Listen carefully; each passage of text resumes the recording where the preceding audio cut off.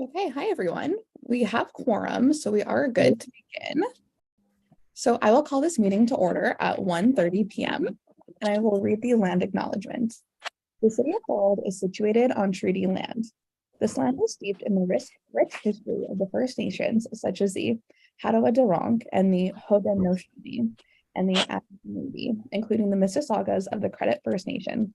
There are many First Nations, Métis, and Inuit people from across Turtle Island that live and work in Niagara today.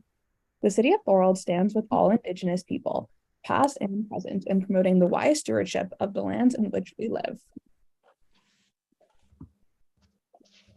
I will start. Are there any declarations of interest today? No. Okay, can I get a mover and a seconder for the agenda?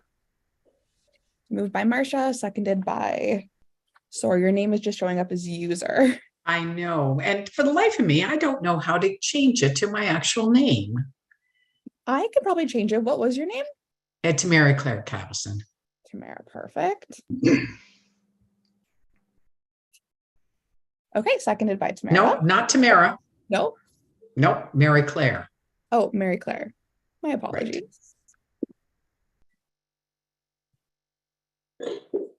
Oh, there we go. Perfect. So I will call the question. All those in favor? You can just raise your hand if you're in favor. Okay, and all those opposed? That was carried. My introductions. So we'll go around saying your name and why you're interested in joining this committee. If I could interrupt for just a second, I'm in the middle of a phone call. I'm waiting for someone to come back. So I will walk away from my computer for a minute, but I'm not going offline, okay? Okay, no worries. George, would you like to go first? Hi, I'm George Ravenick. I've lived in Thorold for about 35 years. I've sat on a number of other committees, and I feel that Thorold has a lot of untapped tourism opportunities that I'd like to work with the committee on moving those forward. Thank you. Tim. Hi, everybody. Tim Geddes. I was previously on the tourism committee before. I've been on a couple of other committees also. I was a Canada 150 chair back in that day. And I've been a resident for about 25 years and proudly love to support Thorold in any way possible. And I am a tourism guy. I do work in the industry. So interested in anybody's new or smarter ideas that we could throw around here. Thank you. Mary Claire. Hi, I've been in Thorold for 36 years. Prior to that, St. Catharines. It's a beautiful community. So when I saw tourism as a possibility to join, I do think, and I agree with, I believe it was George who said that there's a lot of untapped potential here in Thorold. Thank you. Terry Lynn. Hi, I'm Terry Lynn. This is my first committee, so you have to all go easy on me if you don't mind. I'm originally from Thorold. I own a couple of businesses in Niagara-on-the-Lake right now, and we're actually opening on Front Street in Thorold in a couple of weeks. But I agree with the rest of the panel that there's a lot of untapped things that we could do to build tourism here in Thorold, and I'm excited to be on the panel. Thank you. Marcia. Sorry, you're muted. There we go. Sorry. I am at work, so I do apologize. I might have to step away. My name is Marcia Capola. For those who don't know me, which probably half of you, think of the Brady Bunch and do the Marcia. You'll remember me that way. We own two businesses in downtown Thorold. I own Papa Vince Pizza. It's been in our family for almost 40 years, and we've had it for 20. I own Da Bomb downtown. So with Terry, I'm down here. Tourism is a big part. It's my first time on this committee, on many others, and been part of the BIA for 10 years on the executive board. So excited to see what happens in this committee. Thank you. Marilyn, are you by your computer right now? And if so, would you like to make an introduction? I am, but I'm liable to walk away very quickly when she comes back to the phone. I have been in Thorold for well over 40 years now. My late husband was at Thorold forever, five generations. I am on another committee as well as this one. And since I'm in the business, I wanted to see if there was anything I could do to offer any help. Awesome, thank you. Ken, would you like to do an introduction and a little overview of your position at the city? Absolutely. Thank you, Sydney. Good afternoon, everyone. My name is Ken Schultens. I'm the manager of economic development here at the city of Thorold. I'm the staff liaison for this committee. So I'm here to provide that support to all of you.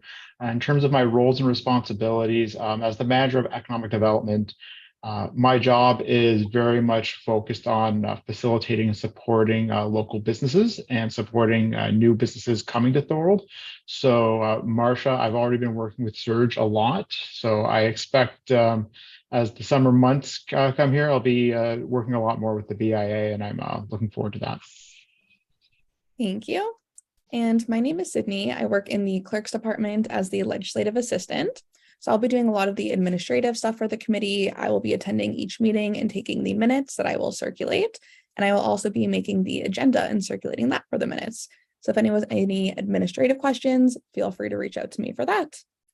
So now that we've done introductions, we'll move to item 6, which is selection of chair and vice chair. So I will now call for nominations for the chair, and I'll need a mover and seconder for each.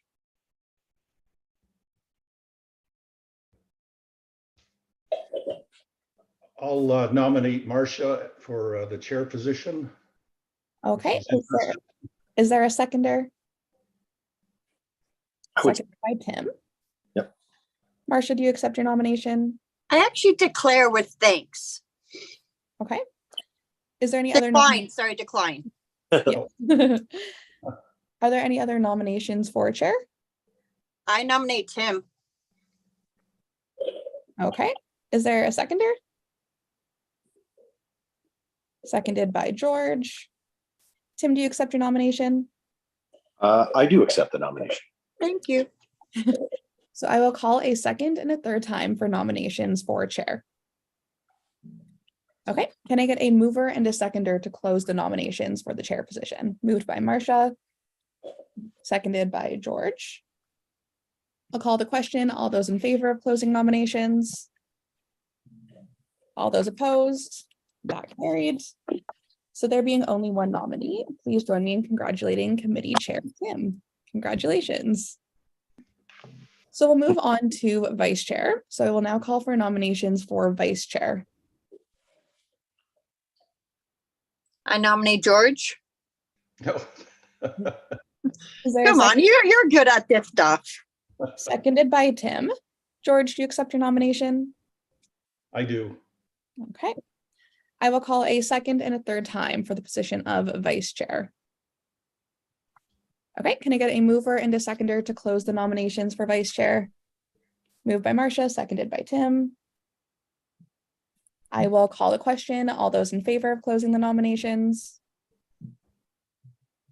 Okay, all those opposed? That carried. So there being only one nominee, please join me in congratulating Vice Chair Tim. Congratulations. George. Sorry, George. Okay, so now I will move, or the chair will chair the rest of the meeting. Sorry, my notes got a little mixed up here. Who's the chair one? Tim? Tim. Perfect. Okay. I will send you an email that has the script for the remainder of the meeting that can just help you guide through it. So I'll just take one moment. No worries. Okay, in that moment, how long has the tourism committee been active? So Tim, you said you were on the previous one. I was on it 2 sets ago, actually. So there is a history to this committee. There is a history to this committee. I'm not sure the length of how it has been a length of a committee, but that it was at least 10 years going forward. I'm not even sure how our new Marcia might have more information on how that venture is not part of the tourism thing happening moving forward. Is there a new group helping us, Marcia? Do you know this kind of stuff? It's actually for economic development, which I'm hoping we discussed today about bringing back tourism a person. And I think that would probably be part of our work plan. Sydney, I'm not mistaken. Things we want to accomplish in the next 4 years. Yes, we will go over the work plan. We can discuss that. Tim, did you receive my email? Not yet, but Rite Aid had sent me one recently. So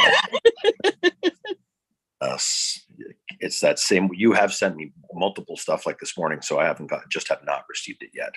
I do have the agenda that you did hand on hand. Is that what we're following the agenda, or? Yes, we're mostly following the agenda. There's a little bit more in it. One moment. Here it is now. Oh, perfect.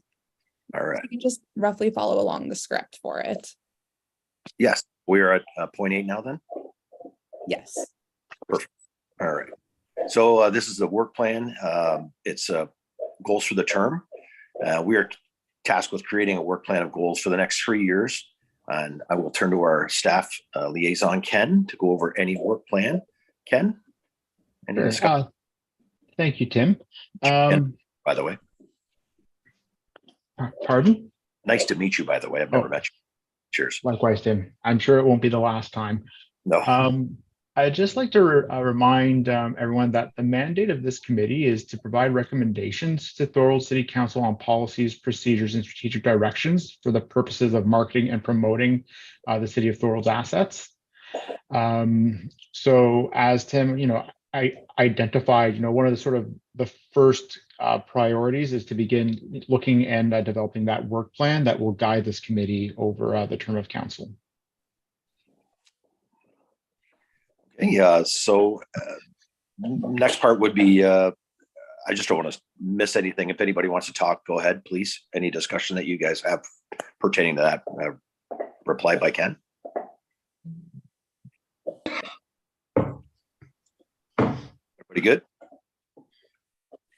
I just want to move forward when appropriate, unless anybody else has any points to make there. So any discussion respecting the date and time of meetings for the remainder of the term? Is this a good time for people? I'm not sure. For me, timing could be in the evening if it's better for people.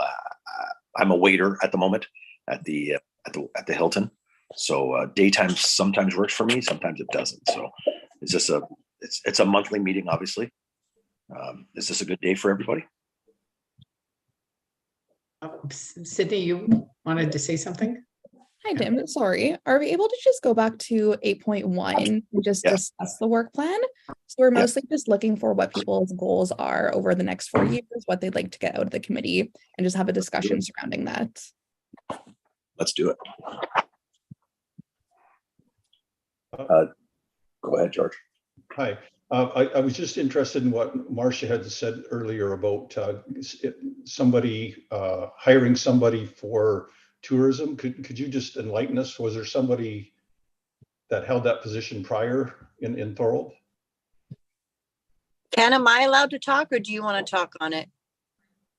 Marcia, just so everyone knows, I only joined the city back in October of 2022. So I'm still trying to build that corporate knowledge. What I can say for everyone's benefit, and then I'll let Marcia continue, is that the City of Thorold had entered into a tourism services agreement with Venture Niagara, which have been delivering tourism services and administering and operating the Loch 7 Viewing Center for the past 6 years, I do believe. So that's my knowledge on this topic. And so I'll just hand it back to Marcia. Ken, can I ask you I've been told you are now tourism. Is this true, or are you going to just stick economic development?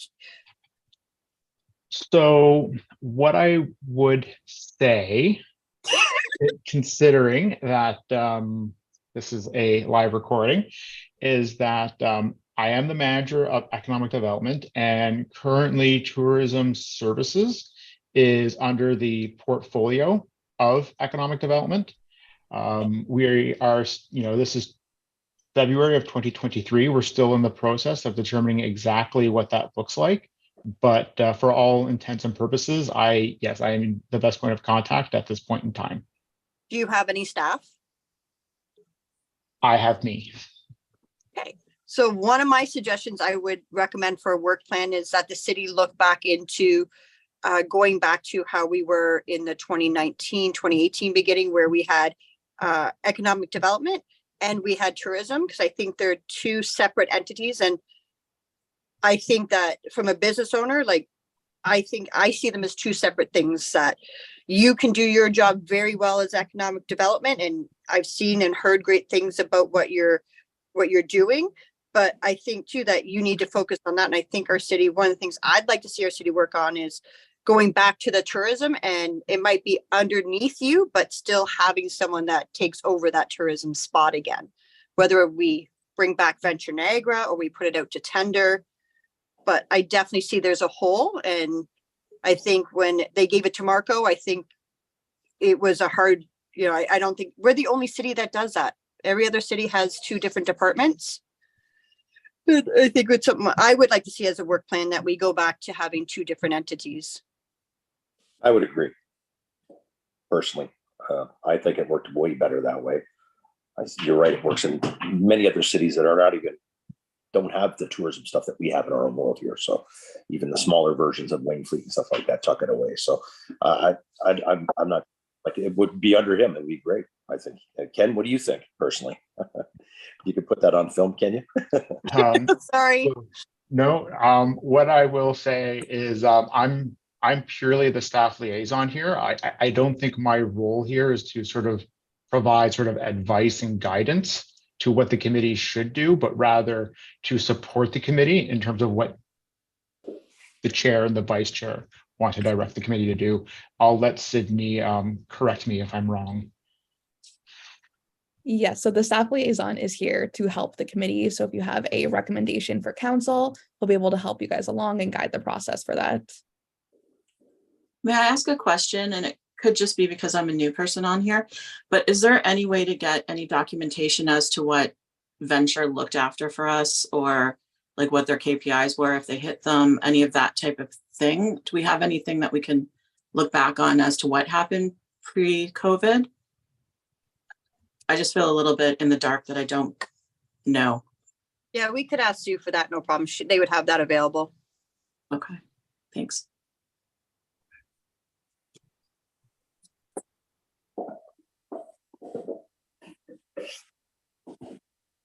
Tim, I have a question. Go ahead, George. Just for my own knowledge, did our partnership with Venture Niagara, did that end sort of when COVID happened? Okay. Yeah. And with respect, do we have most of the committees have a council representative? Is there one assigned to our committee? Through you, Chair. We do not currently have a council representative on this committee. There were no councillors who volunteered to be appointed last week, but we are still in the process of looking for one. So ideally, we would have a council representative on this committee. Okay. And it's my last question at this point would be, does the city have a budget for personnel to hold the tourism portfolio? So for that, budget was passed at council last night. Unfortunately, I haven't had time to look through what the committee budgets are. I do know there was some budget allotted. I'm not entirely sure if this committee specifically has a budget, but I do know if any committees are looking to use part of the budget, they would need to bring it to a council and get council approval. Okay, and then I guess then my next question would be, and Tim and Marcia could probably enlighten us, the effectiveness of Venture Niagara. How successful were they in advocating for the city? If you care to share that with us. Marcia was way more involved at that point, so I'll let Marcia talk on that. Yeah, so I've been working with them for probably 8 years now. I know they've been doing it for at least 8 years. They're the ones that kind of decided, they gathered everyone together, all the committees, and wanted to work with us for tourism. They were very effective on reaching out to other areas. When we as a BIA did events, they sometimes partnered with us. So like when we won awards and things like that, they were very, very organized in that. They had staffing. It was through Venture Niagara, but they still had staff. So had very great experience with them. We did photo ops with them. And they did, what is the name of the ferry? I'm forgetting it right now. Bridget. Robinson? Bridget.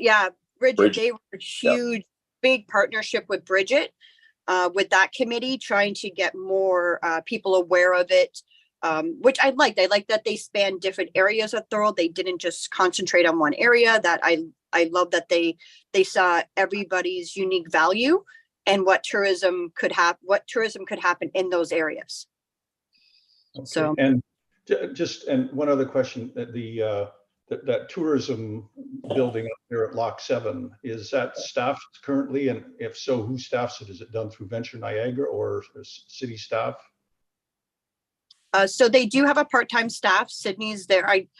She's not there right now. I think they're on leave. I don't think they open till May.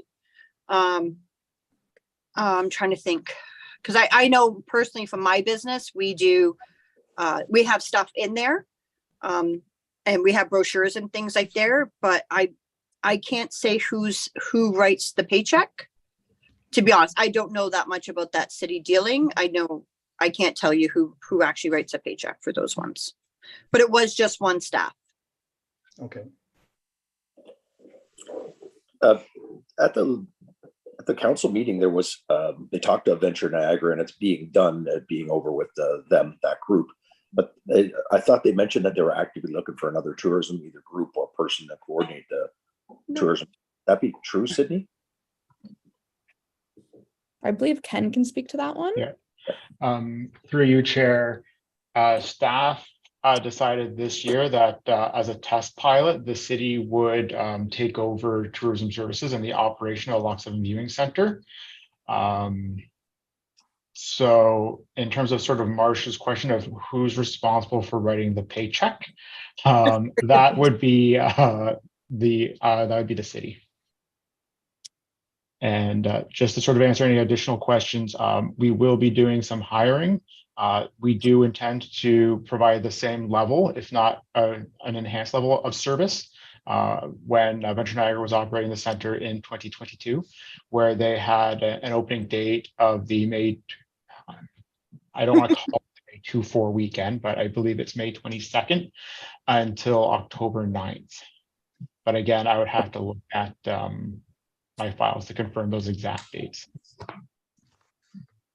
Does anyone know if they were taking, like at that touch point up at Lock 7, were they speaking to the guests that came there? Like, do we know numbers of people that came through that center and like how they found out about it? Was it through the media that was done by Venture, or was it word of mouth? Do we have those stats to look at by chance?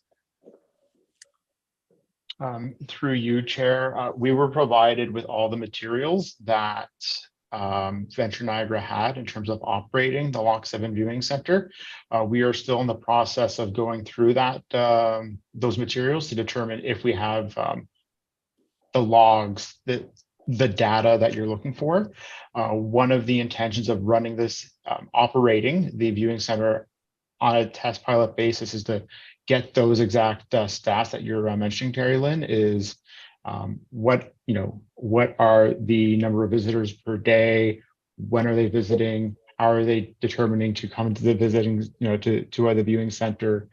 How effective are staff in terms of engaging those visitors, in terms of accessing other events, attractions, businesses in Thorold. So those are all things that the city intends on collecting this year. So I know that doesn't exactly answer your question of do we have it? That's to be determined, but we will have it by the close of season this year. Awesome. Thanks. I'm very sure that they did. I'm not sure if I should speak on any time, but I know that they definitely did take connection. My son worked there like 10 years ago.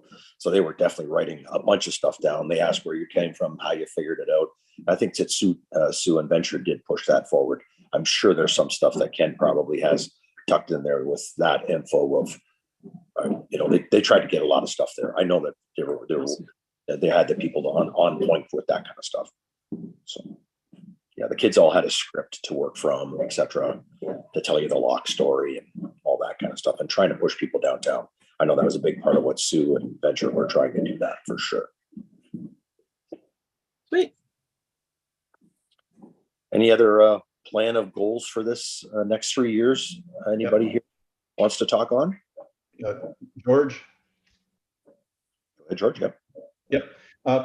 Ken, would you be able to provide us with the data collection, like the criteria that they collected at the viewing center? And I guess also, would we be able to have some input into that data collection? Like once the sort of the job description is created, and would we be able to have input into the type of questions they ask and the data they collect?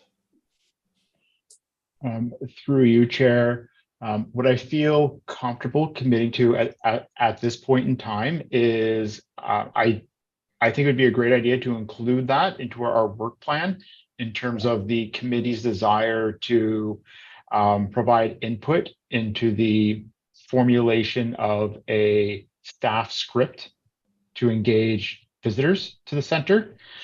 In terms of being able to share data collected in the past, I'll have to defer to our clerk's office to determine if that's information that can be shared outside of city staff. So that's something that I'll have to get back to you on. Okay. And just one follow-up question on that. So the city, if I understand you correctly, they're going to hire a person or persons to staff the Lock 7 site. Are they also looking at hiring someone as a advocate for tourism in Thorold?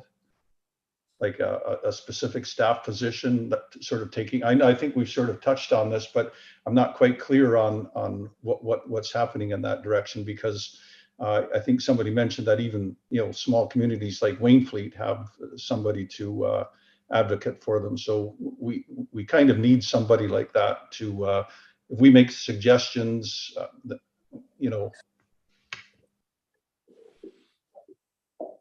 Through you, Chair, what I would recommend is that if there is a desire of this committee to make a recommendation to council that they assign budget to hire a full-time permanent tourism officer, that could be included within the work plan.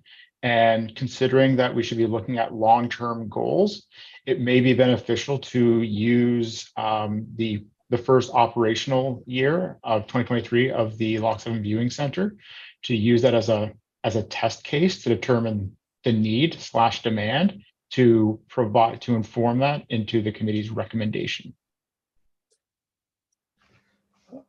Okay, how can we find out, since we don't have a council representative, could we make a motion to pose a question to council to find out if there is an appetite to hire a full-time tourism advocate for the city?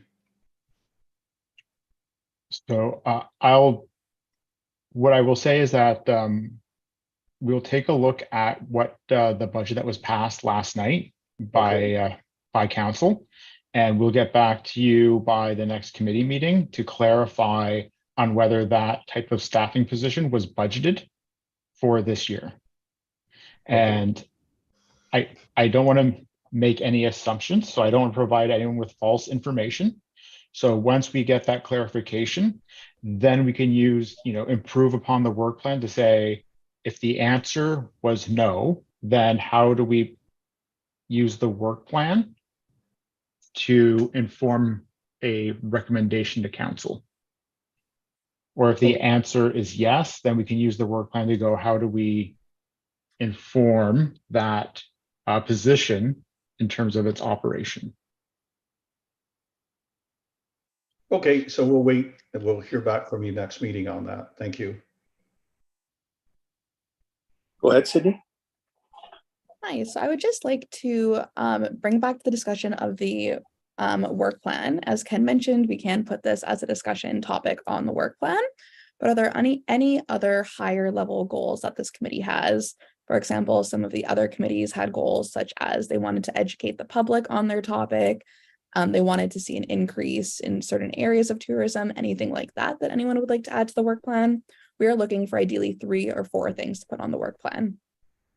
Let's just pause for 1 second. I just want to welcome Joe that just came. Hi, Joe. How are you?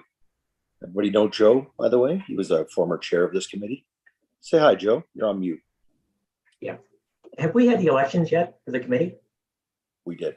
Oh, Joe, did I've you been want trying to get in. again? I've been trying to get in for half an hour and it wouldn't allow me. Sorry, buddy. That stinks. Yeah. But welcome. Thanks for showing, and appreciate you, Joe, and for all the work you've done. And you'll have a voice. A lot of this will be some repetitive stuff for you. We're just trying to figure out the new venture, how venture came and went, and some of that stuff. But we're definitely setting goals for the next committee, Joe. So, and I also want to say hi, Sydney. Is it Sukrit? You're on mute, also, Sukrit. So maybe you want to unmute. You're on mute, my friend.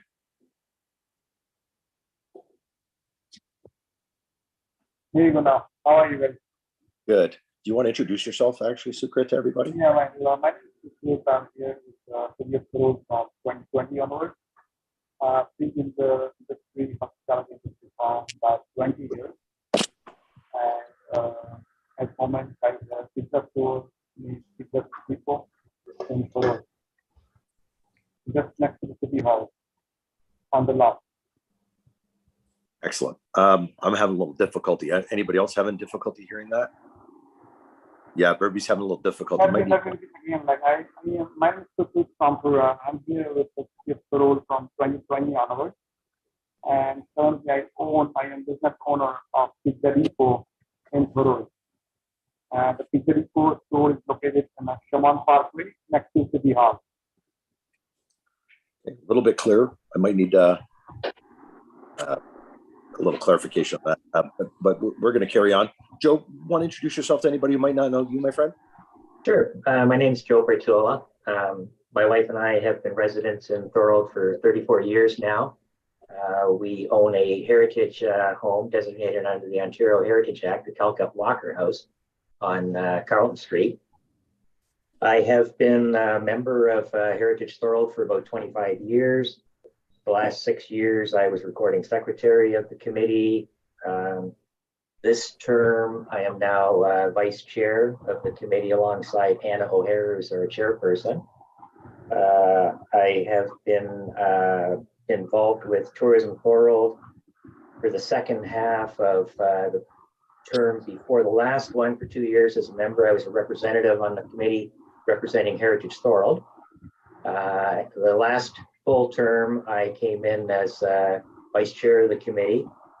I segued into the position of chair when Tony Vandermaas, the chair, stepped down.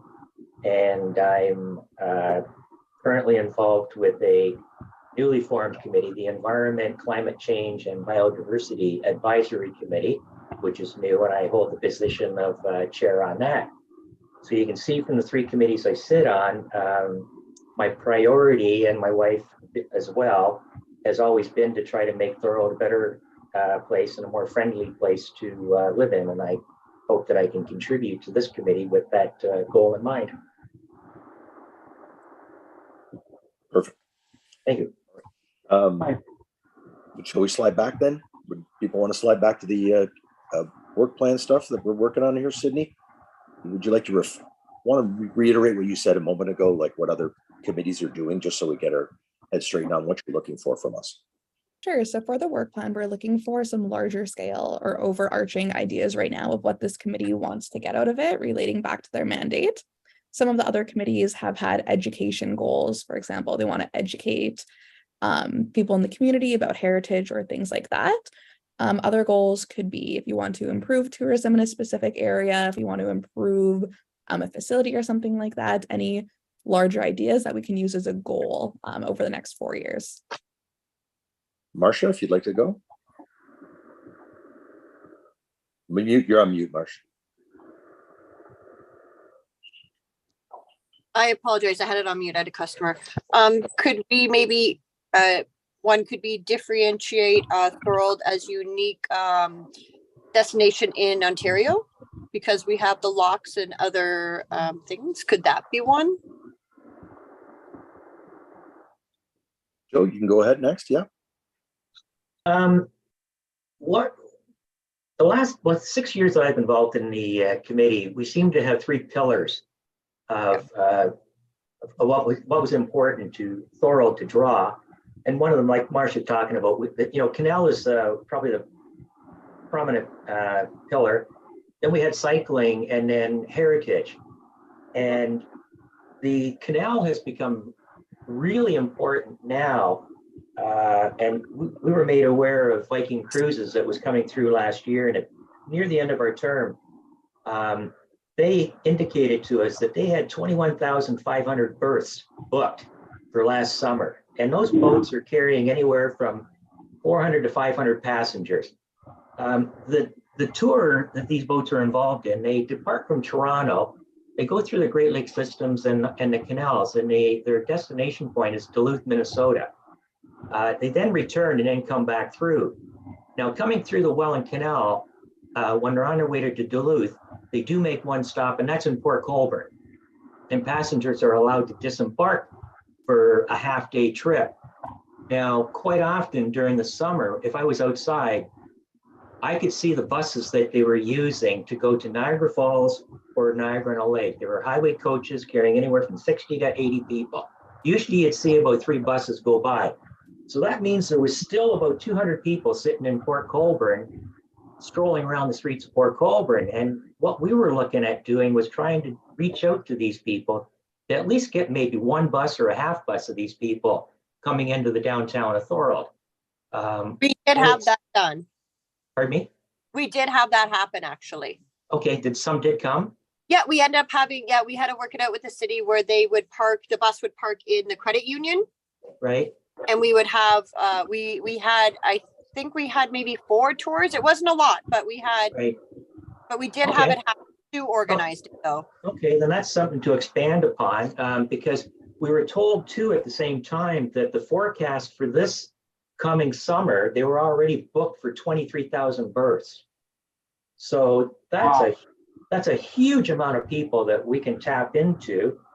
As far as cycling goes, we were starting to track the number of cyclists that were coming into the area, trying to get a hold on how many were coming through the tourism center, how many might have been using the Port Robinson ferry because there's a cycling trail that passes through there.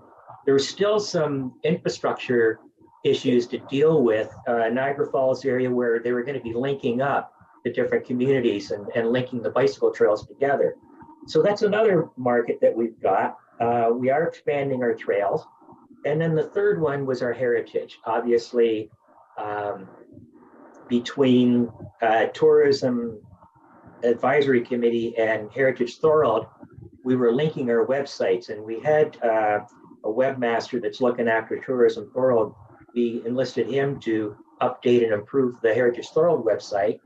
The design is going to be exactly the same. So if somebody was on the tourism website and wanted to link over to us, they were basically looking at the same website. It just had our contents in it.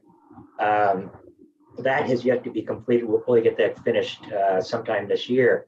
But we do find that there are a lot of people. We were working on some initiatives. We wanted to get some walking tour programs done, perhaps. We were looking at enhancing the banners downtown. We've got the Prince of Wales banner. We wanted to look at something like putting in banners that showed the faces and names of people that were historically significant in the growth of Thorold in the earlier years. Maybe even perhaps using QR codes or something to tell little stories of these people. One other thing that I'd like to add is near the end of the term last year, I did find some of the committee members didn't quite have a good grasp on heritage and the importance it is to the tourism aspect. So I had Craig Finley, our chair of our committee, he put up an information seminar and did a presentation to the committee, which was quite helpful. And I would like to see something like that happen early on in this term. So we can get Craig in and he'll go over what it means to designate, what the whole idea behind heritage and history are in terms of drawing to the tourists. And I think you would you'd come away with a full understanding of why we do what we do. In the 25 years I've been on Heritage Thorold, we've probably more than doubled the number of designated properties in our inventory. And we did actually have a time around 2010 on either side of it, a couple of years, where we had people from Thorold, residents with heritage homes, actually approaching us to get them designated. And that is extremely something that doesn't happen in a lot of communities. And, you know, we're proud of the work we do, and we're proud of what we've accomplished. We've got an inventory of about 53 designated properties, which is the highest per capita for any town or city in the province of Ontario. So that's what I can offer. George, go ahead. Yeah, just building on what Joe just spoke about the biking, cycling aspect of tourism, and also the Viking cruises that come along through the loch. One of the things that concerns me is the walking trail between Loch 7 and down towards Regent Street, how overgrown it's become. And if first off, there's a safety aspect to it. It's overgrown. A lot of the cyclists don't even use it. They prefer to use Canal Road, which surprises me because it's almost suicidal riding a bike on that road. But we need to try and work with the city to try and get all that overgrown brush knocked down. And also with the cruise ships coming through, as those trees continue to grow up, it's actually creating a shroud that's hiding the city from the cruise ship. So I think that's one thing that we could work on, is improving that section of the trail to make it a little more attractive to the users of the trail and also the tourists on the ships. I see Marilyn's hand. I'm going to let her go first, Joe. Okay. Viking, there's more than Viking for the cruise ships going up there. That's the industry I work in. And there's several other companies that are up there too. So don't just put all your eggs in Viking's basket. There are other companies with smaller ships, and they should be looked at as well. But then again, you could do something right here if you had a little bit more cooperation from the Seaway, where they could do walks from 7 over while the ship is being moved up, tied up, and then back. They did it at one time. The way they were doing it was horrendously dangerous. They need something better than that. But you don't need to go all the way to Port Colborne. You can work with Seaway and develop something along here. Go ahead, Joe. I'm going to comment on two things here. Just go back to Marilyn. Like, we weren't just focusing on Viking because this was something that was really new. We realized that we'd seen periodically other smaller ships come through, and once we saw what Viking had as their plans, we were jumping on it and thinking this is something that is going to be good. We can reach out to anybody that's planning any types of these cruises. So, you know, thanks for your update and what you're bringing to this committee, because it's going to be quite valuable in the future. And if I can talk about what George was talking about, the cycling path, you recall, might have been a couple of years ago, there was a section where the Loch 7 Viewing Center is, where that was all cleared. That was an initiative put forward by the tourism committee so that people at the viewing center could view the ships as they were coming in. I believe that was about a $35,000 expenditure. Wow. And would have to be what we got from the company that came in and did declaring. They would likely have to come back in about 5 years to do you know, some rehabilitation. So just keep in mind that if we want to start clearing down there, you know, to Regent Street, and I understand the importance, the beautification of it too, but there is going to be a heavy cost involved in that. And there's the maintenance upkeep that's going to come along with it too. Very clear. I chaired for the last term the Thorold Active Transportation Advisory Committee. And one of our concerns was the same section that George spoke about. We were looking at more from city staff, tackling the litter and the garbage, which is down and amongst the bushes. We weren't sure and didn't get a response whether the railroad Trillium that goes through there is actually the owners of the embankment that's there. But I think with working with the city of Thorold and over a period of time, we had felt that, first of all, the garbage could be cleared up, which would look much better. There's everything in the world down there.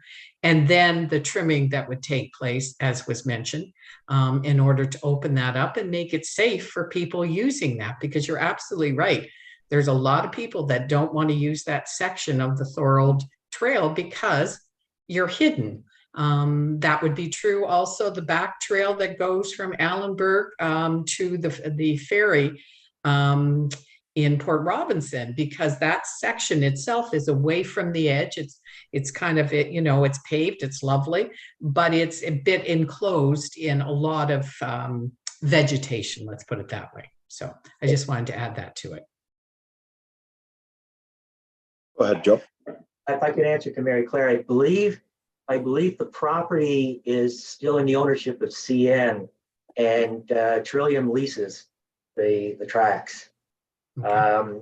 There have been neighbors that have reached out with the overgrowth in the past, citing that it's a possible fire hazard, and the response has been that Trillium has been in compliance. So there's only so much distance from the track that they have to worry about. The rest of it is wild growth. Mhm. Terry, did you have your hand? No, I didn't know. Terry, yeah, go ahead. Thanks, Tim. I guess for the goals, I guess what we were talking about originally, everybody that's been on the committees before, yeah, they've identified a lot of stuff about keeping the bike trails and all of that. But I think possibly one of our goals as a committee could be how to tap into the already millions and millions of people that visit the Niagara region. And I love the idea about the history part of it, but as somebody who works every day in the tourism in Niagara-on-Lake, and Tim, you see it in the falls too, there are so many people that visit this area that are looking for an afternoon trip, looking for something else to do. And to be completely blunt, a lot of the people that I've spoken with, they've never even heard of Thorold. So when we talk about it, I think if we as a committee can come together with like our top three, I think it was Joe that had that with the pillars and say, this is who we are, like what brand does Thorold represent? Then we can start going out and having all the print and having all the website and stuff like that. So maybe one of our goals is to tap into X percentage of the people that already visit the region that are looking for more to do. And the bike thing is fantastic, but there's a lot of people that don't bike. And when I tell them about the Welland Canal and the locks, they're like, really? And I'm like, yeah, you got to go check this thing out. Right. So maybe if our committee could refine it to say, hey, this is who we are. This is what we're proud of, whether it be, if the museum comes in or the library gets their upkeep, but there's a lot of things that we could, I think, as a town, be better at promoting and be a little more prouder about. And with that, then the city would get more into, keeping the areas clean that need to be clean, right? George, you want to go with that? Sorry, Joe, you're up. Just to build on what Terry Lynn said, I think that's a great idea of building a brand for Thorold, because a lot of communities do have a brand. Like Port Colborne, for example, has that little Canal Street section that's very popular with tourists, and they have their festival in the fall. So I think that's one thing that we should put on our work table of goal is building a brand for Thorold, like putting our collective heads together and coming up with a brand that we can build on, because that's an excellent idea to promote it around the Niagara region. Yeah. Joe, go ahead. Yeah, and I'll get back as Terry Lynn referenced when I was talking about the 3 pillars, and on our Heritage Committee, we have a new member, Ava Salter, and now she's committee member, pardon me.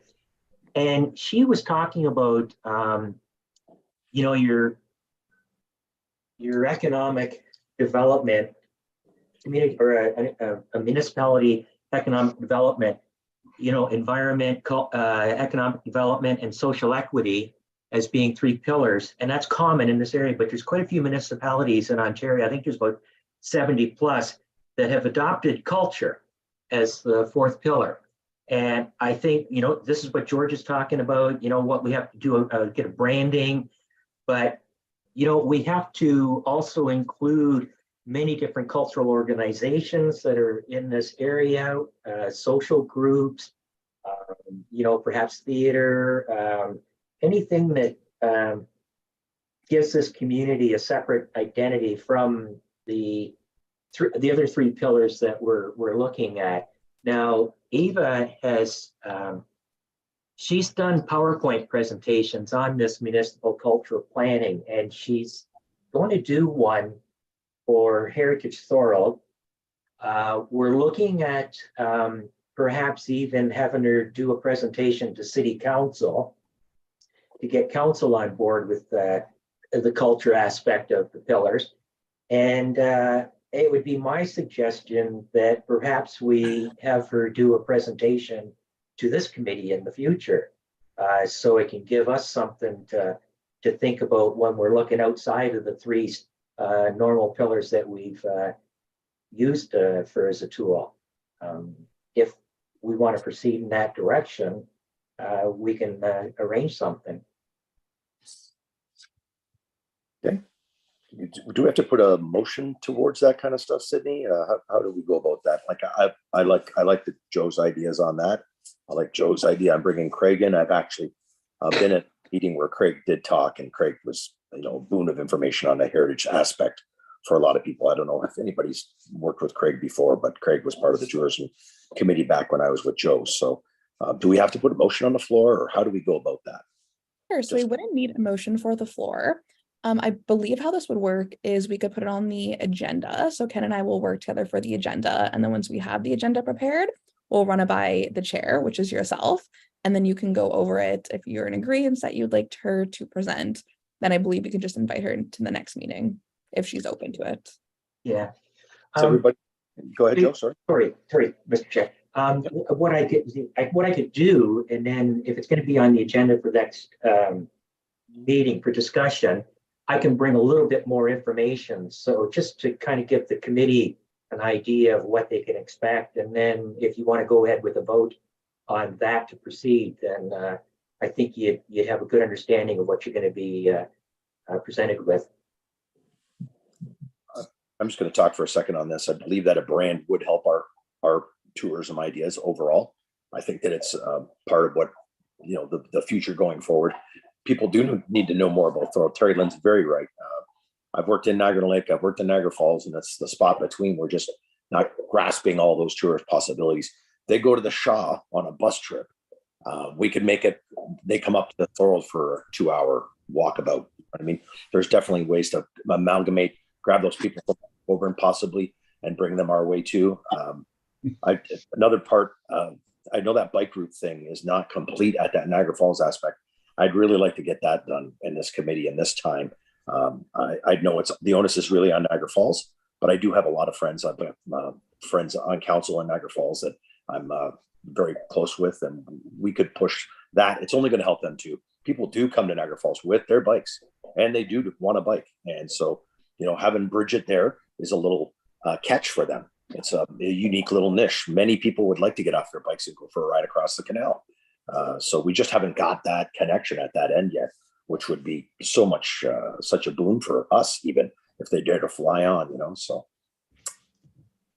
Joe, go ahead. I think the link, the holdup, it's a bridge, isn't it? That's got to cross the CN tracks. Yes. Yeah. So it's a combo of the city and the CN, is what you're saying? Yeah, I believe so. And I think there's some grant money in there because it's a transportation infrastructure upgrade, I think. So there's been a lot of waffling, and nobody's taking any responsibility right now on it. I think it's been ongoing for some time, and I think it was off the table in our discussions, probably about the beginning of last year. So I have no idea where that currently stands. Do you know who from Niagara Falls was representing their end? I don't recall. I could probably go back in some of the older minutes for the tourism and see what I can come up with. Yeah, I would just be curious who's running that through their end of stuff, just so I could maybe sneak my nose in there a little bit. Yeah, Sue Moran had more contact with that when she was employed by the city. Yeah. So how is everybody feeling about our meeting so far here? Have we got more to discuss with the work plan, or do you think we got enough on the table at the moment, or Sydney? Mr. Chair, just a comment. Ken and I will work together to put what we spoke about today on a work plan, and then we will also bring that back to the next committee meeting so that we can all see what our work plan looks like right now, and then we can continue to advance it at different meetings or future meetings. Perfect. Okay, so should we close out that part of the meeting then?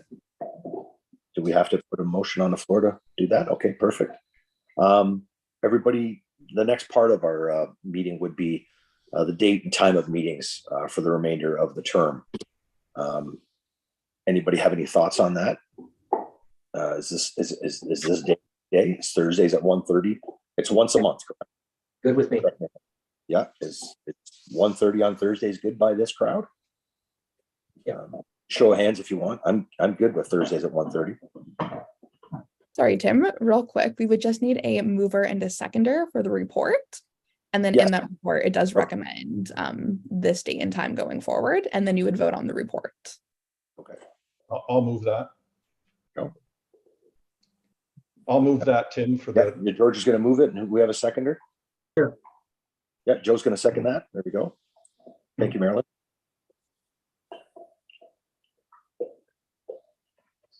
Keep me in line, Sydney. I'm a piece of work. You don't know me that well, but yeah, I'm into it, but just not that good at it. By the end of the 4 years, I'm assuming I'll be better. Let's hope. Okay, so can we move on to date and time of the meetings? Is that cool? Yeah. Anybody have any issues like work-wise or something that will get in the way? No. So we're going to settle in at 1:30 on Thursdays. Everybody okay? Yep. Okay, so I'm going to put a motion on the floor that we have our meetings Thursdays at 1:30 on the first. Is it the second Thursday? Go ahead, Sydney, please. Sorry, so the motion Please, is Sydney, the yeah. one that was in the recommendation report, which is the second Thursday of the month at 1:30. So since there was no amendment so far, that would be the motion, and you can just call the vote on the report. Okay, we're calling a vote on that report then, everyone. Hands up if you're into it. And opposed, anybody? Don't see anybody opposed.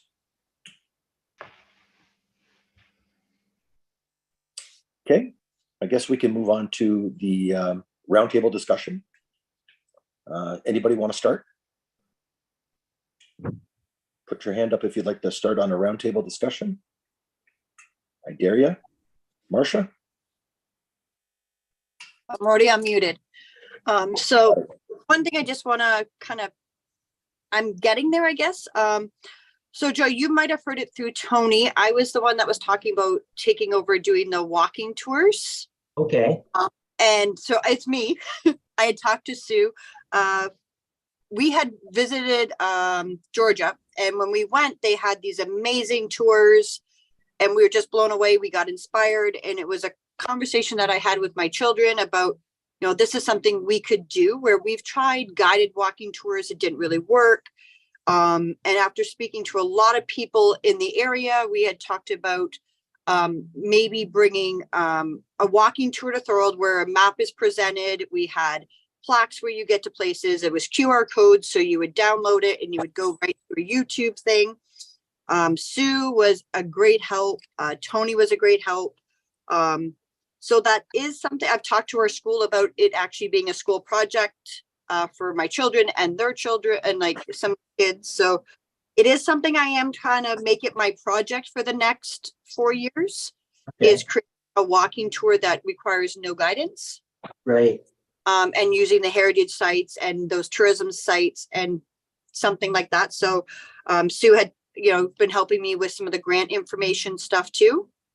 But that is one of my projects I hope to do in the next 4 years for Thorold, is to create this tour. So Okay. love everyone's input and help.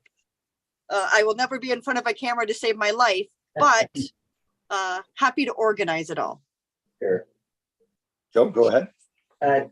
Marcia, if I could speak to you, from the BIA, we had the heritage banners that we had ordered and had installed downtown. The BIA bought 5, did they not? Yes, we did for Towpath. Yeah. What are the plans to install them? When is that going to happen? They're just, once Curtis left, Dave is now taken over. So he's now just getting into it. And we are waiting for the BIA executive to be picked. We don't have a BIA executive right now. We don't have a chair for the BIA. Okay. So once our BIA executive is back into play, which hopefully will be in the next month, then we'll get back to business. Okay. Good. Thank Yeah, you. we have them. Sue has them in her office. Okay. They weren't cheap. We know. Okay. Thank you. All right, Ken, if you got something there. Yeah, just to through you, Chair, just to clarify for Marcia, Sue does not have them in her office. You do? The city collected them and they are with our Public Works Department waiting to be put up later this spring, when I think Steve Santo said when they do the flower boxes. Okay. So, again, I don't mean to overstep if there's a No. BIA that need a BIA function there, but just letting you know. No, happy that they're going up. They've been sitting around for a long time. Happy to have them go up. Yeah, we're going to carry on with the roundtable. Anybody else want to step up? Joe? Yeah, I'm sorry. Yeah, I Go just want to, I'll be speaking to Marcia and Ken.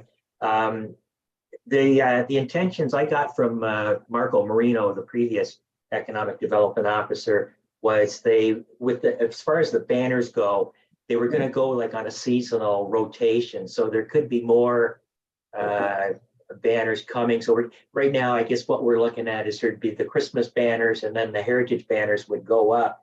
But there was always thoughts down the road that maybe there'd be some other type of a banner related to an event, like we had the Canada Games come in. So the heritage banners aren't going to stay up all the time. The Christmas banners are going to be for their season. But this goes back to what I'm talking about with the heritage banners, that perhaps we could introduce the ones that are going to be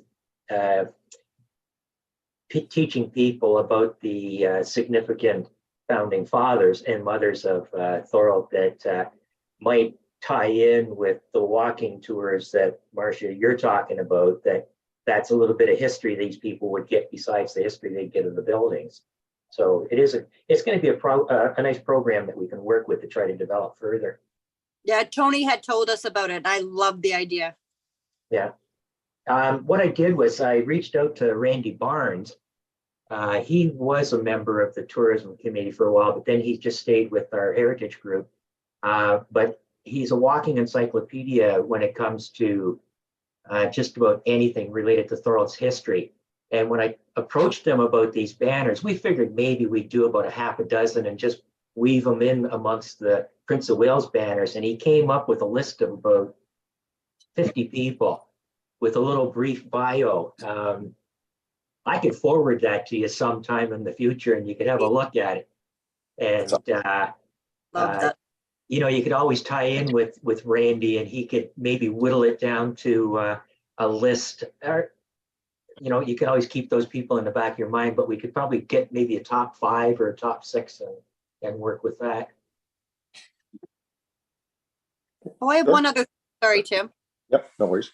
Go ahead, Marcia.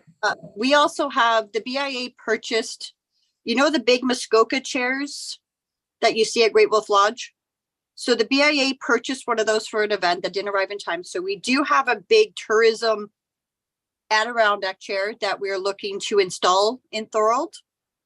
So if anyone has any ideas, we are thinking about maybe putting it at the Hydro Park at the bottom of the hill here, but we're also open to other ideas of locations for it, because it's a great photo op for people visiting Thorold, that they can get on this big Muskoka chair. It's 500 pounds. The thing is in my garage, but definitely would love some feedback from people on locations that we could put this as it's donated from the BIA.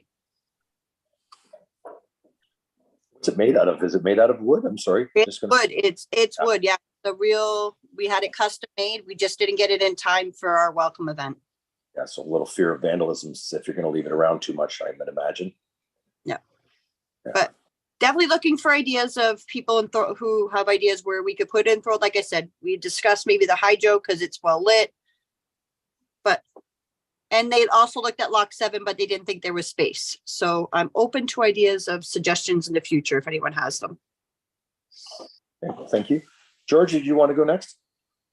Yeah, just kind of building on some of the things that were mentioned there. The banners kind of sparked an idea in my head, is about a signboard up in the area of the Lock 7 Tourism Center, promoting some of the local businesses downtown. I don't own a local business. I just feel that it's sad that people come to that area and they don't even know that we have a downtown. So it'd be nice if there was like advertising specific businesses, even the heritage aspect of if people are out cycling, that they could go ride their bikes by some of the heritage locations.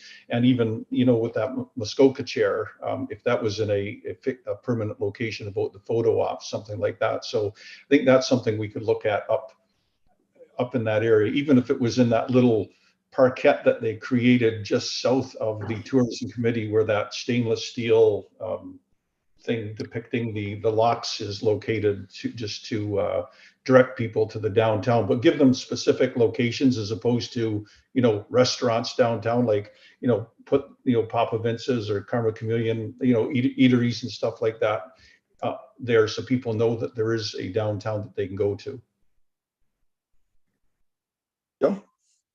George, we have to look when the tourism center opens up, but there are brochures that are inside. I think a sign, like brochures, you know, a sign is just there. Boom, you're riding your bike. It takes you 10 seconds and you can digest it. A lot of people perhaps don't even go into the tourism. Actually, you'd be surprised at how many do go in. They do go in for information because there's students that work in there that answer questions and give guidance. And there is a wealth of brochures in there. I've been in there myself because we've always tried to keep up with the inventory that they have of our own brochures. And I mean, it's something to look into to see if it hasn't been, you know, if it's not successful, or if we have to look at something, like you say, a signboard. But once you put a signboard outside, you might get somebody coming by and they're going to be spray painting it. I think moving forward, I see those QR codes are going to be huge. They are already huge.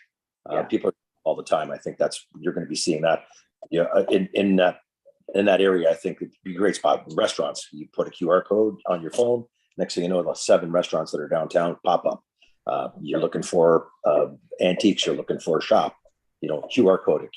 It's so much easier for people to just use their phones these days. It's crazy. Joe? Yeah, something that we had kind of batted around a few years ago was, before they really all disappeared and got totally vandalized, was the murals along the cycling trail. And Gina Armstrong kind of got an idea where, you know, we wanted to take them down. There were some that were salvaged. And the thought was, we wanted to just repurpose them and relocate them somewhere else. So we'd actually talked about some of the ones that looked like just an individual panel, not the longer ones that took 5 or 6 panels to assemble.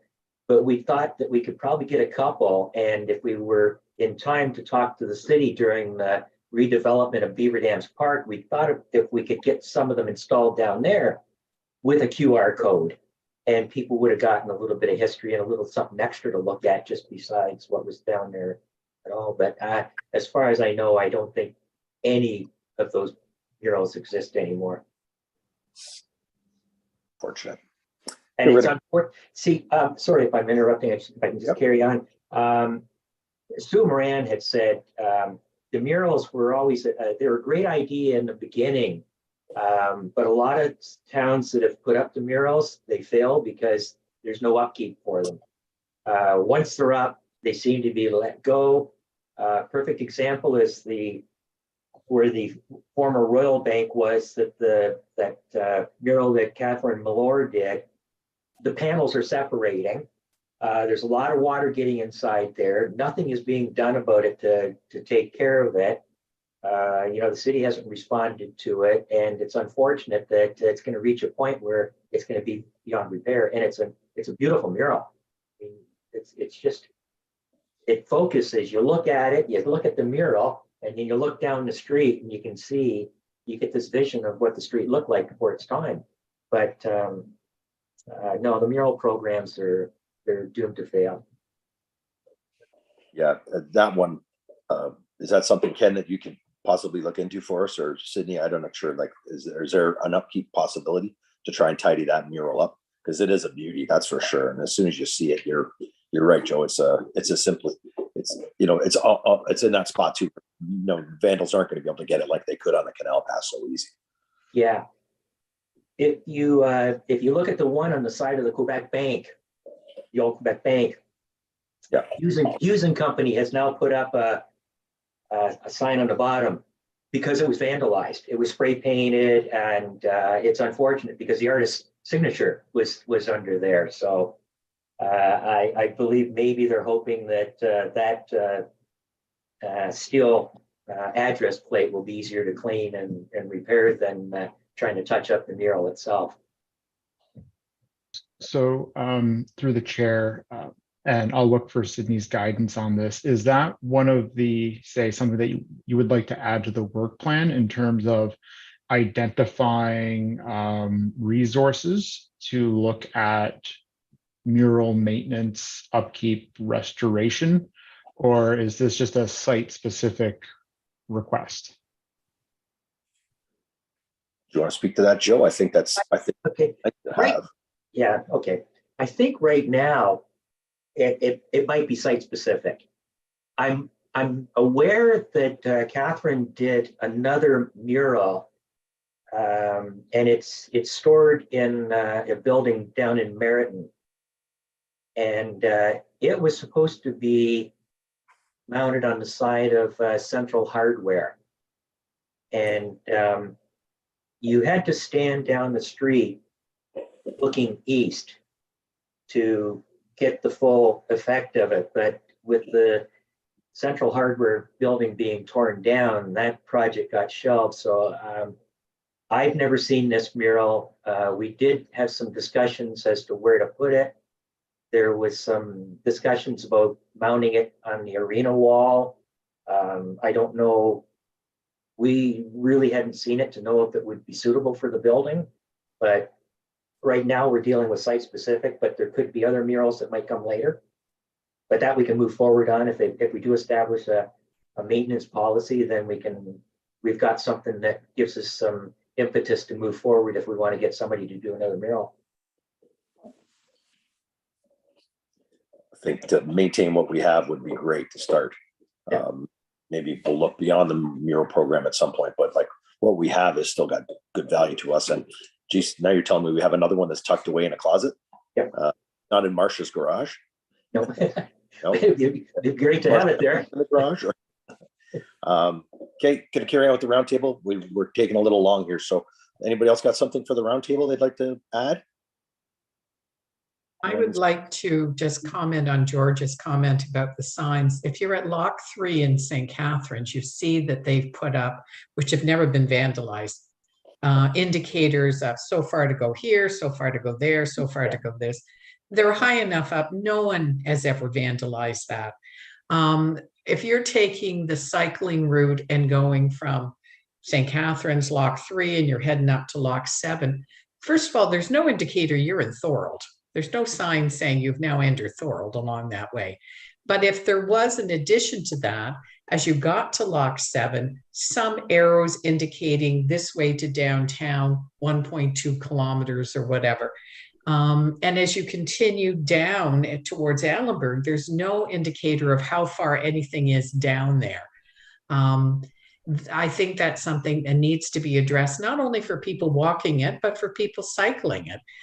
So we get people off the cycle trail and get them moving their bikes into Front Street and down Claremont.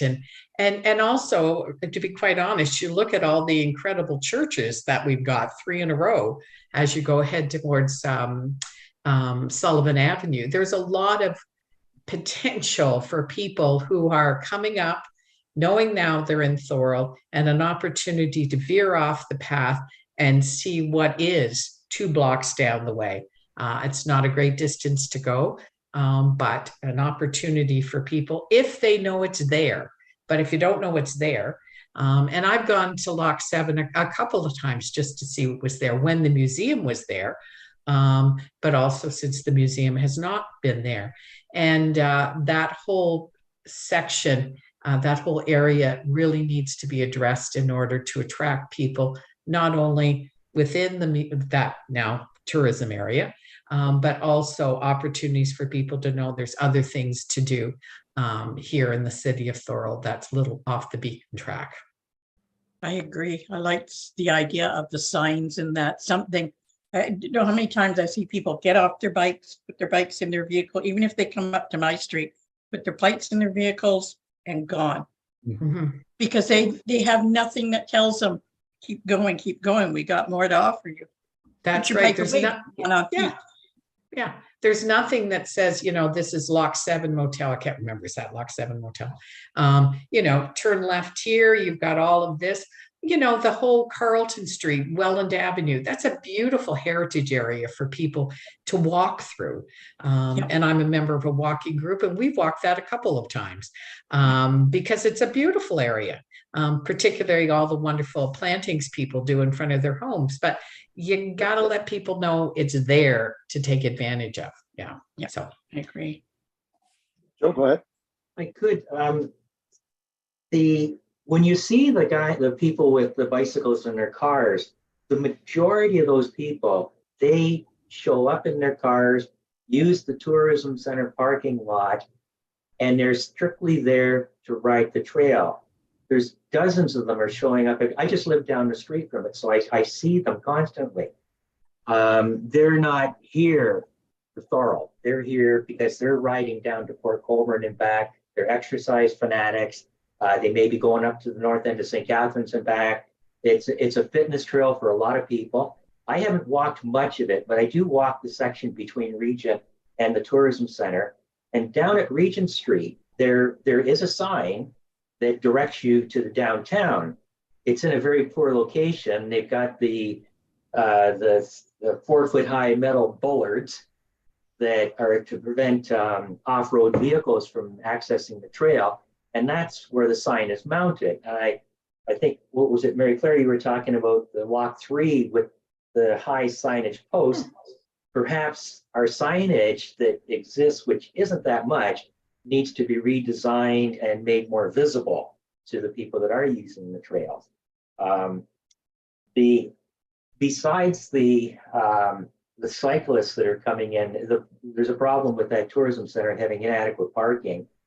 And the cyclists actually caused a problem in the summertime for the people that wanted to visit the tourist center because the parking lot was full of cars with bicycle racks on the back, and nobody on those bicycles were inside the tourist center. So it's kind of a catch-2. We're drawing the cyclists to the cycling trail. We're catering to them. We've put up bicycle repair racks. We've got maps for the cyclists. But we just can't separate them from the people that want to go into the tourist center. So I think we need a bigger parking lot.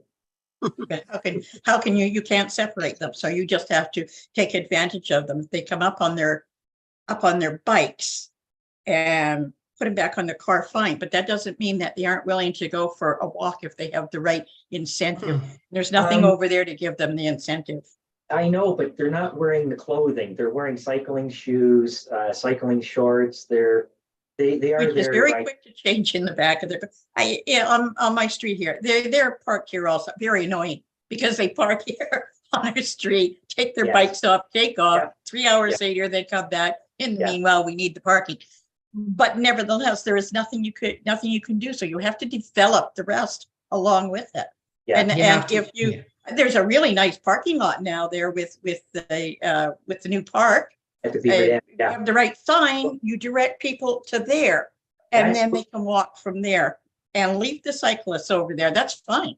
But why can't you have the right signage, take them over to Beaver Dams Park? They can park there. They're not gonna, the bikers aren't gonna park there. We were And they can talking go about walk. that in, before the tourism committee dissolved for the season. And the park wasn't ready yet, but we were talking about that. That was already in our plans to try to direct the cyclists from the tourism center, get them away.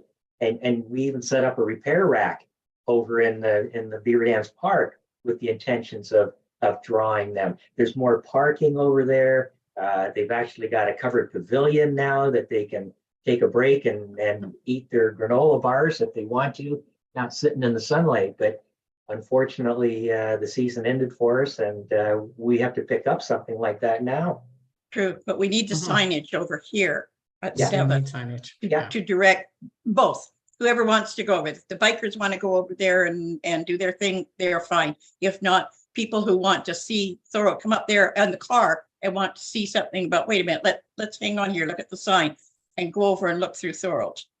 And Which is take them really through Beaver what we Dams Park. All this has been done. It's beautifully renovated. Yes, Could it be, is. it could be a four-season facility, I always think, but that's just me. There's, growth that is needed in that area. But I mean, it's ample parking for people to do that. They walk through Beaver Dams Park, they're downtown on Front Street. And I know we set up a couple of different information booths. BIA did something on Front Street. There was a couple different things we did over when we were able to. We did see cyclists who wanted to have something to eat. So we took care of their bikes, and this is before there was ample parking for bikes, and there still could be more. But they wanted to go in one of the restaurants. I mean, it's a lifestyle, but not only the cycling part, they do want to see the communities too they're going through, and we need to take advantage of that. And at this, I apologize, but our meeting has gone a little over, and I have a commitment to pick up a grandchild from the bus. So I apologize, but a very wonderful pleasure meeting all of you, and I look forward to our next meeting. Take care. Take care. You Mary. too. Thank you, Mary. Joe, go ahead. If I could, when we're talking about the cyclists and they're over at the tourism center, I think what we need to do besides the signage is the city has to probably look at installing cycling lanes along Portland, down Chapel, over to Claremont. So that's another visual indicator for the cyclists that when they come through, they are directed. We have the cycling path, or the cycling lane on Richmond and Ormond. It turns the corner, and it seems to end somewhere between Portland and Claremont. We need to tie it in over to the tourism center so we can somehow use the road marking and pole marking to encourage the cyclists to move or gravitate towards the downtown or the park. Agreed.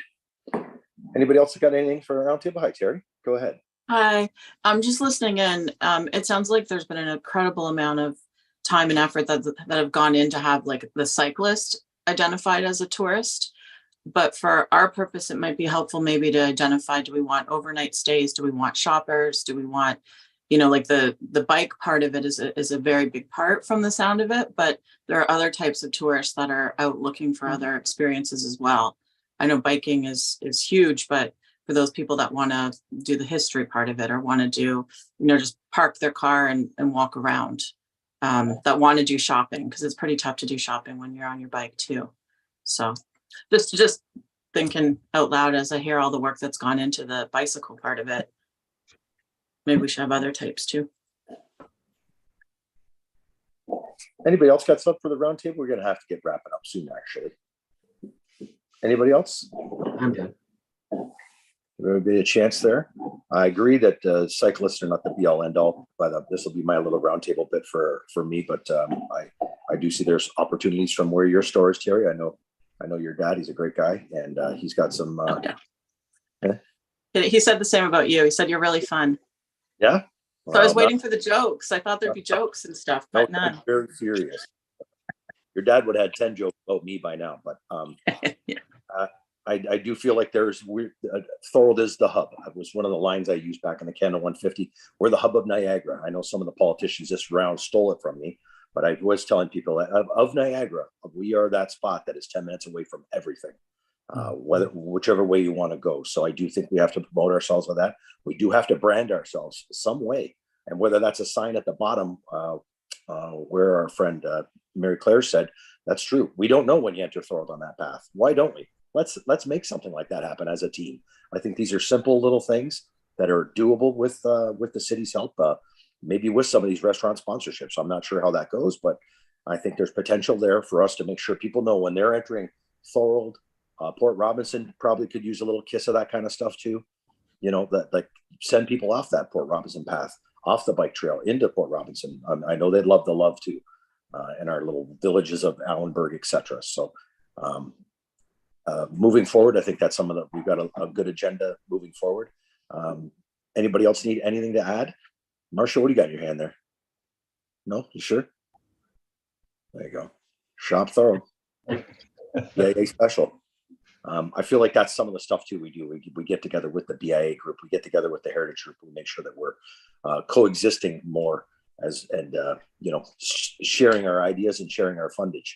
And we're going to try and get out of Ken's pocket. If I could Go ahead. If I could add just one more thing, for the committee members here, take a look at the Thorold Tourism website and how it's all laid out, what's on it. This is part of us. We're part of that tourism website. You could hop over to the Heritage Thorold website, although it hasn't been updated yet. Mark Cowaby is doing it. It's going to be completed sometime this year. But take a look at the Heritage website and look at some of the topics that are discussed. Look at the heritage property inventory that we've got, and maybe look at what LACAC's mission statement is and what designation means. It's a quick read, and it'll give you some insight as to how you can come up with ideas and how we can work to get this information out to the tourists. Absolutely. Great idea. Ken? Go ahead. You're on mute, Ken. Thank you. Just before everyone goes, I do want to identify that as part of my Ken is new to the job, what does Ken, in his opinion, need to fix? The Thorold Tourism website was identified, and I have made a budget request for this year's budget to update and redo that website. There's a lot of outdated content on that website, so to update it, refresh it, and rebrand it. So I don't know if that budget line item got approved in last night's budget, but I felt it was important to inform the committee that that is something that is on my department's radar. Fabulous. Great information. Marcia? Yep. When you're redoing it, just, we did hire a photographer for all the events in the last 5 months that you're more than welcome to. We should have them back by the 1st of March. I'll call you on that. Yeah, you're more than welcome. We hired a professional, and they came and did every event there was, we paid them for, including Fantastic. Santa and everything. You're more than welcome to everything I have. Thank you. We're going to set the next meeting now. Would that be right, Sydney? Yes, so you would just state when the next meeting is based on our earlier discussion. March 9th, 1:30. We're going to Zoom again. We're going to carry on as a Zoom meeting. Everybody good with that? We used to do it live, but I think this is kind of good actually for everybody. Marcia can still do it from work, which is great. So and everybody can jump in. So I'm happy with the Zoom meeting myself.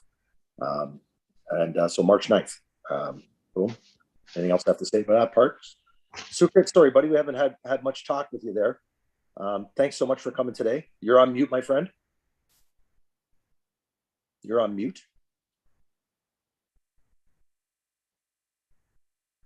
Yeah, I just cut off today. My store here, so I had to get on and off there. The customers keep coming. Yeah, Sorry still about that. having difficulty hearing you, unfortunately, Sukrit. Maybe Well, we have. I have Bluetooth on, I short staff today. I work there.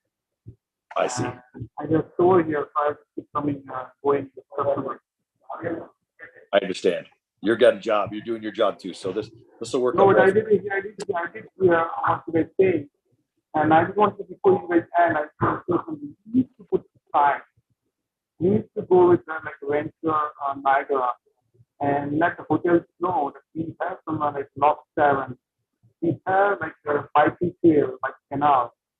And so people are aware that those who want to come from Toronto side or somewhere, those a lot of people coming from Montreal, Ottawa, that we have biking there, biking trail here. So, like we can like promote that thing. As well as like Lock 7 there, is a breeze there. Like what Marsha mentioned, that we would cook at there. And I think we can put by the bridge where people can take picture about the scenery, the bridge behind. As you mentioned, there's a big care. Yeah. So something like we should do that to promote the business here. Excellent. Yes. Actively looking for spots for that. I like the idea that having that Muskoka chair. I like the idea of it being able to be moved too.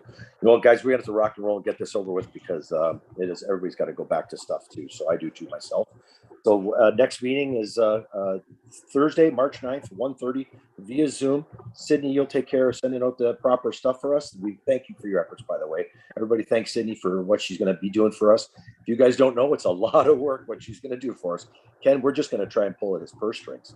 Sydney actually has the labor. So thank you guys so much for today. Can I have a move to finish? Sydney, go ahead. You got more?